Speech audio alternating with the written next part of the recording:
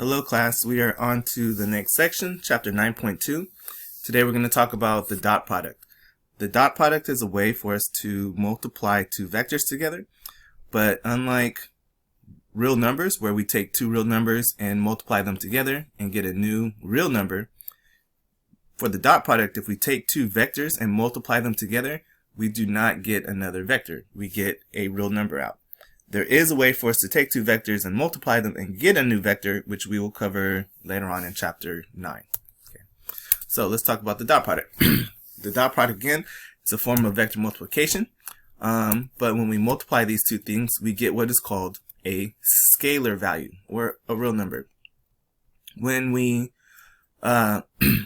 compute the dot product, what we do is we multiply each component of the two vectors together, and then we add the results. So the first element with the first element gets multiplied. We add that to the second element times the second element, and we add that to the third element plus the third element, and so forth and so forth. Okay. However, we're only in R2, so each vector only has two elements. So if I want to do the dot product, I multiply A1 and B1 together, and I add that to A2 times B2. Okay. The notation for the dot product is A dot B. Okay. And this is our definition. There's actually a few definitions of the dot product, but this is the one that is the most standard. We will use all the different variations in this section and as we progress through chapter 9. But for right now, this is the most important form of the dot product that we want to memorize, right? So again, we take each component and we find their product, and then we add those two products together. So first component times the first component, add that to the second component times the second component. So let's do a quick example. So if I have A is the vector 2, 3, and B is the vector negative 1, 2.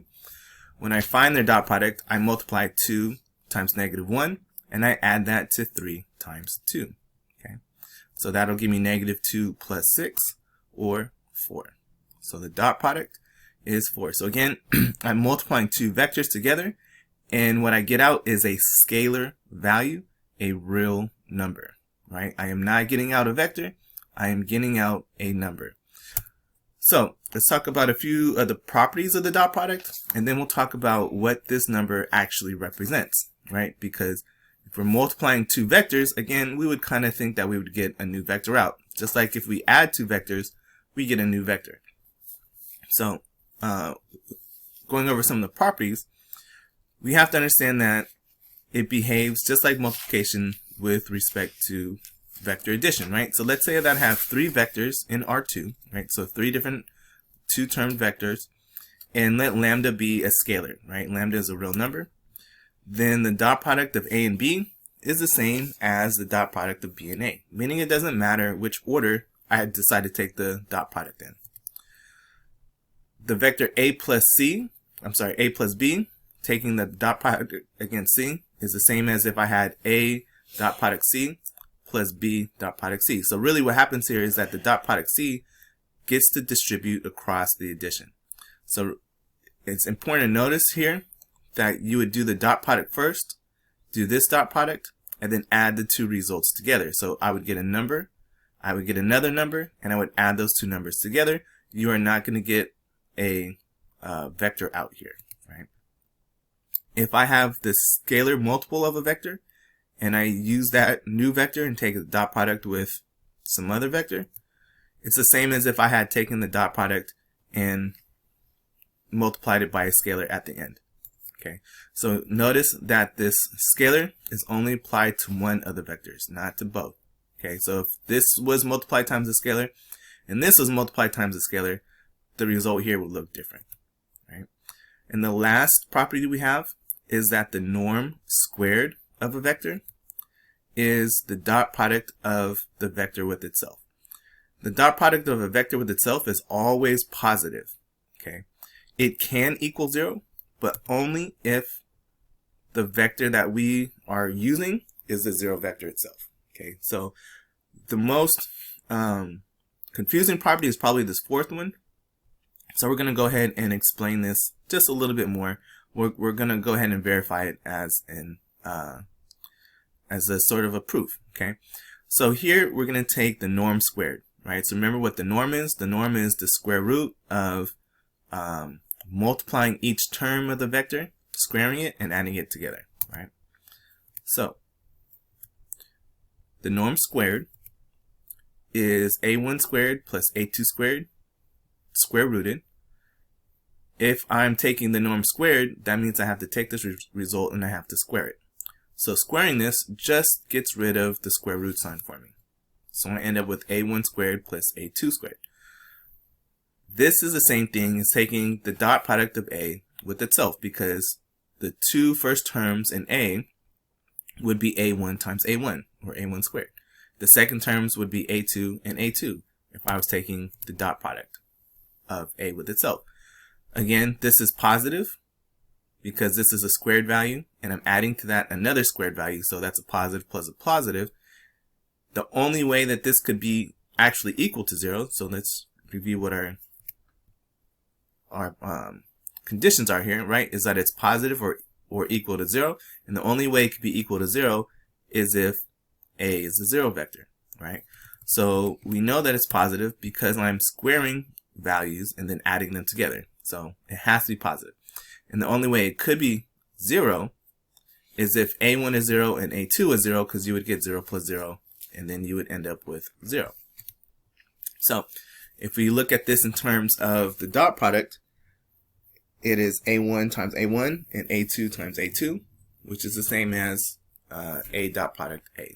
So here, my norm squared is the same as the dot product of a vector with itself, and that value is always positive. It can be 0, but it can only be 0 if the elements inside of that vector are 0 itself, the 0 vector. Okay.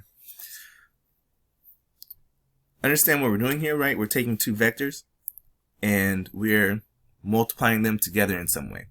So remember what we said about two vectors. It doesn't matter where they are in space. It just matters the direction that they point and their length. So I can always move these vectors around so that they're in relation to each other, and they'll always form some sort of an angle. And the angle formed between those two vectors is our angle theta, right? So we can define the dot product as the length of A times the length of B times the cosine of the angle formed between A and B. So this is a secondary definition we have for the dot product. So the first definition is the component-wise product sum that we have here, where we multiply each element together and then add them together. The secondary definition we have is this geometric definition, where we take into consideration the angle between them. So we have the length of A, or the magnitude of A, times the magnitude of B, times the angle formed between the two. So the dot product is a measure of how much two vectors point in the same direction. Okay, so again, through this geometric property here, we're using the cosine of the angle, right? So we have a length A, a length B. So when we multiply this together, we're going to get, a larger value. For the cosine of an angle, the largest this value can be is 1, and the lowest it can be is -1. Notice that if the two vectors are right angles, right? If cosine is pi over 2, then this value is 0, right? So the dot product is 0 when the vectors do not point in the same direction at all. They're perpendicular or orthogonal to each other. The closer this angle is to 1, right, the closer the value is to just being the product of the lengths of A and B, is a measure of how much they point in the same direction, right? So if the dot product is A, just A times B, right, the length of A times the length of B, then they point in exactly the same direction because the angle between them is 0, right? And if it's a negative of that value, then it's -1. So we can think of it as the length of A times the horizontal component of B, right? So if we took this A away, then B, length of B cosine theta, is just the horizontal component of our vector B, right? So again, the closer dot product is to 0, the further away the vectors point from each other. The larger the value, then the more they point in the same direction. Okay, so here, this is my angle between A and B. This would be a semi-large value because A kind of point in the same direction, right? If this value was very, very close to 0, then one vector would point this way, for instance, and the other would point in a completely not opposite direction, right? But they're pointing in a completely different direction, right? So orthogonal to each other. So we can use this geometric definition to find the angle between two vectors. Okay, so if I want to find theta, I just take the cosine inverse of this form. Again, I'd have to first solve for cosine theta, so I would divide the dot product by the lengths of the two vectors. Then I have cosine theta, and then I can take cosine inverse to find that angle. So I can always find the angle between two vectors by using this geometric definition instead of the component-wise definition. So now let's talk about orthogonality. So we mentioned this already, that the angle between these two vectors is pi over 2, 90 degrees, right? They're orthogonal to each other if the angle is 90 degrees, right? Cosine is 0, right? Cosine being 0 means that the dot product is 0. So this is a very, very important characteristic that we use to describe vectors all the time, especially when we get into things like linear algebra. This is one of the main sort of characteristics that we use to describe a system, right? Are they orthogonal to each other? And this is the main way that we check, is we take the dot product between the two. This brings us to what is called the scalar projection of B onto A. So let's say that we place our two vectors so that they are tail to tail, just like we did here, right? So they both stem from the same place. That's how we generally look at two vectors in relation to each other. If we're to shine a light directly over one of the vectors onto the other, we call that the projection of one vector onto the other, right? And then what we're looking at is the shadow that's cast. So the shadow that's cast when we shine one vector directly onto the other from an orthogonal standpoint, that is what is called the orthogonal component. Okay, so let's see. So the projection of a scalar multiple of a vector is projected. It is being onto the scalar value is called the component of B along A. So we notate the component of B along A as the component of B along A. So the subscript is the one that's being projected onto. Okay. So the value of the horizontal component of B along A, where theta is the angle between A and B. So the component of B onto A is the length of B times the cosine of theta. So again, that is this portion right here from the geometric definition. We said earlier that we can think of it as the length of A times the horizontal component of B.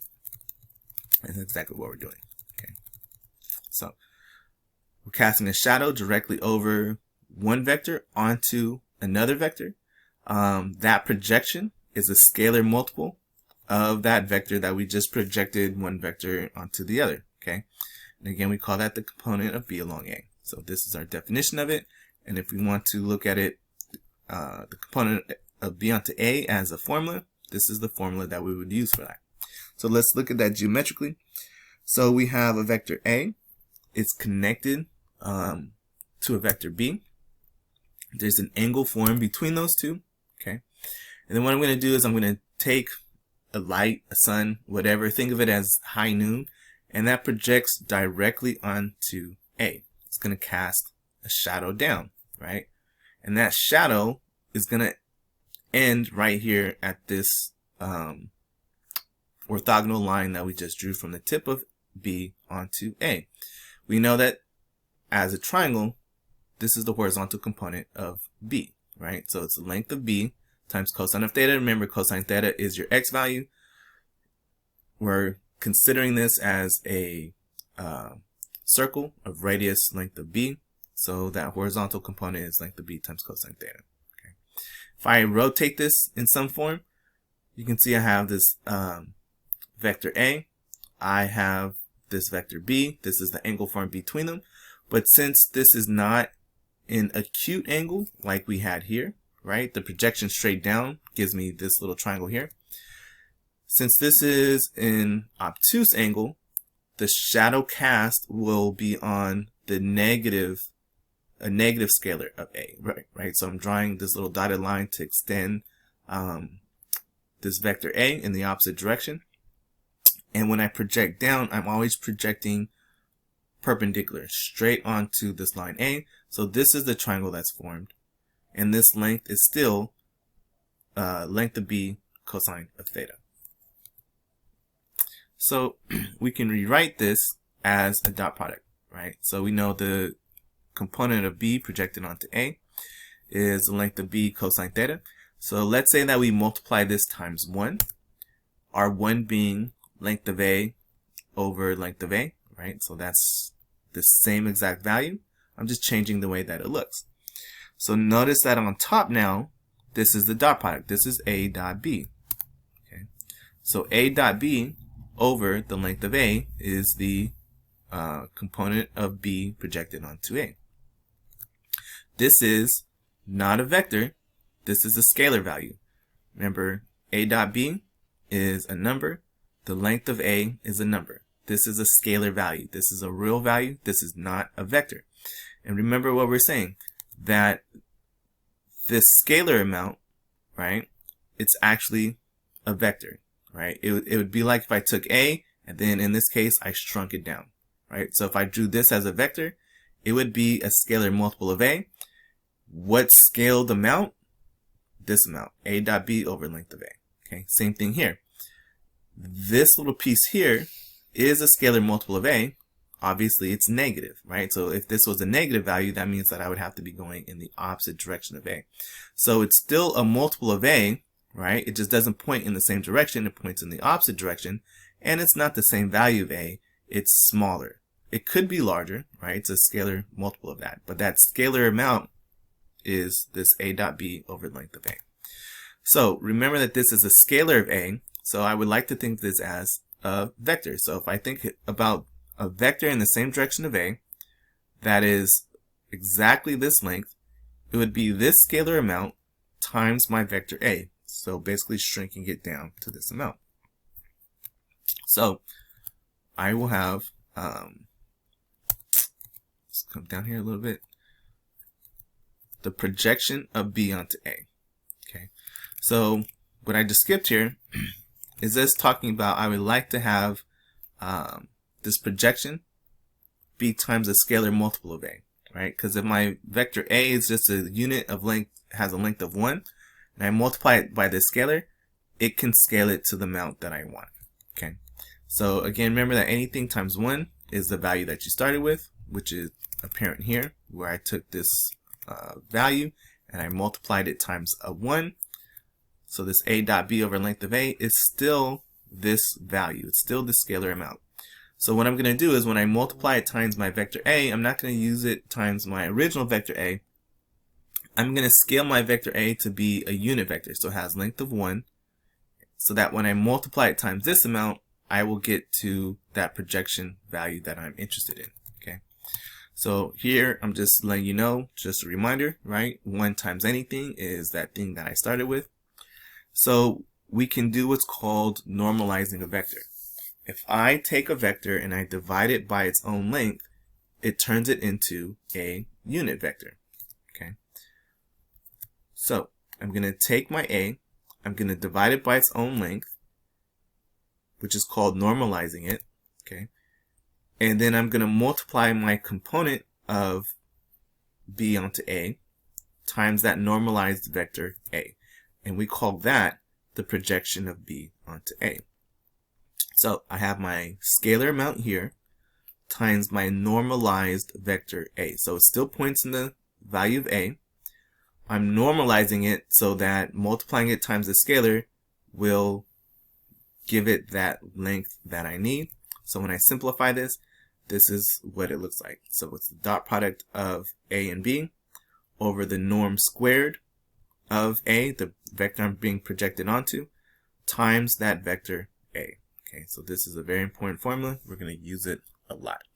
So I know this is a lot of work, but this component of B onto A and this projection of B onto A, these are two very, very important things. It lets us do quite a bit with our vectors, which we will see and use throughout this section.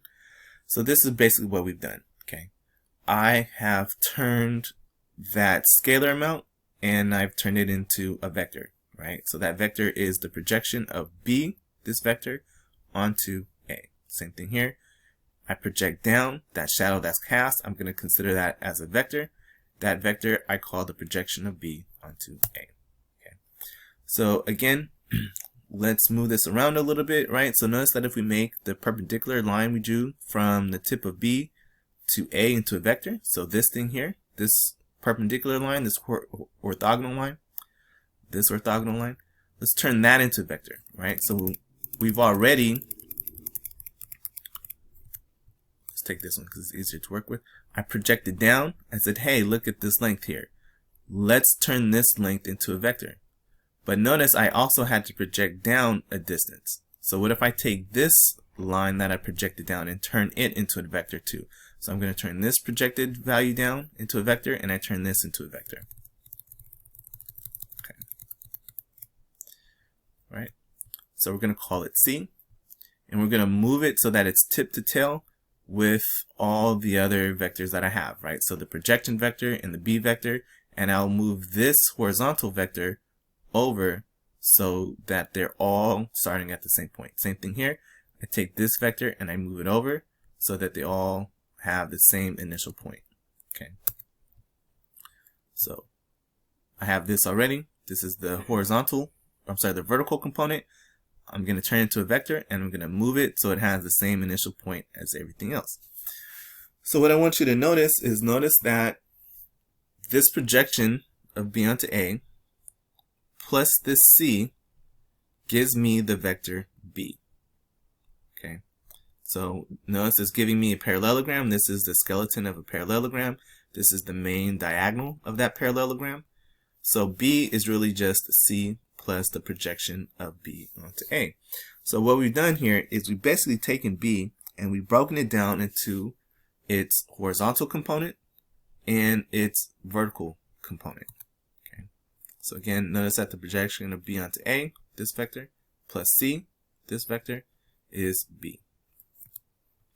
So if I want to find out a formula for C, I just take the vector B because it's given to me, the projection of B onto A because I can calculate this, and I subtract them from each other, and that's how I figure out my vector C. Okay. So here on this rotated on this obtuse angle here, it's the same way. This is my projection of B onto A. This is my my vertical component, which I'll move over, and it works the same exact way. Okay. So again, this lets us break down our vector into two components, and those two components are orthogonal to each other, right? Okay, so one of them is orthogonal to our vector A, which is that C vector, right? C is orthogonal to the vector B that we're projecting onto. And the other is parallel to A. Okay, so projection of B onto A points in the same direction as A, right? So it points in the same direction, but they're not the same vector because they have different lengths, right? So if I were to move this vector anywhere in space, it would point in the same direction as A, but not be the same vector as A. So B gets broken down into one vector that is orthogonal to the other vector we were given, and another vector that is parallel to the other vector we were given. Okay. So again, this can be very useful in our modeling. We'll give an example right now, but a lot of times we need to break a vector down into its two orthogonal components, right? Again, one points in the same direction as the secondary vector, and one is orthogonal to that secondary vector. And those two vectors add together to give us the vector that we're interested in, right? So one of these is, we study a lot in physics and in calculus, right? Which is the motion of a projectile over time. So let's say that I have a projectile that is moving in space. We know this follows a parabolic arc, right? Follows a curve that can be modeled with a quadratic.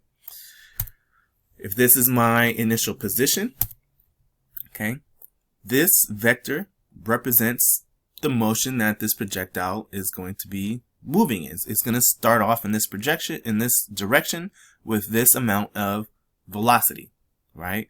So this is the velocity of the vector, and over time, right, we know that gravity is going to kind of take over, which is why we start to get this parabolic arc, because gravity wants to pull it down. So I have a forward motion and an upward motion, which is those projection and the orthogonal component to that projection vector, right? I'm moving in a velocity this amount in this direction, and there is a velocity of this amount in this direction, which added together is the resultant vector of my ball, projectile, whatever it is, moving in this direction initially, right? So those parallel and orthogonal components, very, very useful to model this projection, right? And over time, okay, right, I have my forward velocity and my upward velocity. Over time, this projectile moves along this trajectory, right? So this is my actual velocity, the forward velocity, and the upward velocity. So after some amount of time, my projectile will be at this point in space. Notice how the upward velocity is smaller, right? Because I'm nearing the peak of my motion. However, my forward velocity is the same amount, right? I'm still moving forward at this rate, okay? Add those together. Now that the upward velocity is smaller because of gravity, right? The direction of my actual velocity has changed just a little bit, okay? Here at this point, I'm still moving forward, but I'm no longer moving upwards or downwards because I'm at the apex, I'm at the highest point, right? So here the upward velocity and the downward velocity due to gravity have canceled out, and I'm only moving at this point in the forward direction, okay? As I start to move downward, notice that gravity is taking over and I'm moving downward, but I'm still moving forward at the same rate. And those two vectors being added together give me this velocity, right? This motion vector. So again, now I have downward velocity. And at the end, I'm moving a lot downward, although I hit the ground, right? So I'm hitting the ground at the same rate that I was when I was being projected up, okay? And my forward velocity stays constant, right? My actual velocity is moving into the ground at an angle, although I can't continue to do so because I've hit the ground, right? So breaking my vectors down into its parallel and orthogonal components are very, very important. It helps me get a better idea of what's actually happening to my situation, my model, right? Okay, so as an example, let's model the forces acting on the skier as he goes down a mountain, right? So here I drew my little person, right, skiing down a mountain. The force due to gravity is pushing this person exactly downwards, right? The gravity always pulls downwards. The velocity of this person, however, is this way. Okay, so here I have my force due to gravity. I have the actual velocity, or the actual acceleration, I should say, in this case, right? My skier is accelerating in this direction. Okay. And I also have a force acting, that the skier is acting onto the mountain, that's pushing directly into the mountain, which is keeping him from flying off into space, right? So the skier themselves, right, is actually enacting a force onto the mountain. You can actually even say that the mountain is acting on the skier. Either way, that's how this point of contact is keeping them in contact, right? So we have the force of gravity, the acceleration of the skier, and a force against the mountain from the skier. So I've taken my gravity and I've broken it down into its components, right? Both of those being orthogonal to each other. And I'm considering this as vector B and vector A. And then I have my projection onto this amount and the orthogonal component as well, right? So let's do an example with this where we're using this breakdown to talk about what's happening here, okay? Okay, so let's say that the mountain has a slope of 15 degrees and our skier is 160 pounds, okay? So let's say that we ignore friction. What is the rate of acceleration of the skier? So this gives the acceleration of the skier. Okay. If we want to know what that value is, what the actual value is, we're going to find the magnitude of this vector, right? So the amount is the length of the vector, right? A large amount means that he's accelerating at a very high rate. A small vector would mean that he's not accelerating that much at all, right? So here, acceleration will be in feet per second squared. It's important to know what units to measure because obviously we're using force of gravity here. And so if we're going in feet or meters, it's going to make a big difference on the value that we get out, right? So in order to solve this, we're going to make some reference triangles, right? We need to understand what the slope of this mountain is and how that relates to our vectors. So we're going to make a bunch of triangles. We're going to use a whole lot of trigonometry to solve this. So generally when we're getting into the discussion of vectors, as we saw in the last section when we're doing resultant vectors, we got to use a lot of trig, right? Because everything here is a triangle of some form. Okay. So we're going to start by labeling the slope of the mountain and then labeling our angles appropriately. So if I just kind of draw a line here to represent flat ground, the angle of elevation of the mountain is 15 degrees. So as you can see here, this gives me some sort of a triangle that I can start to use.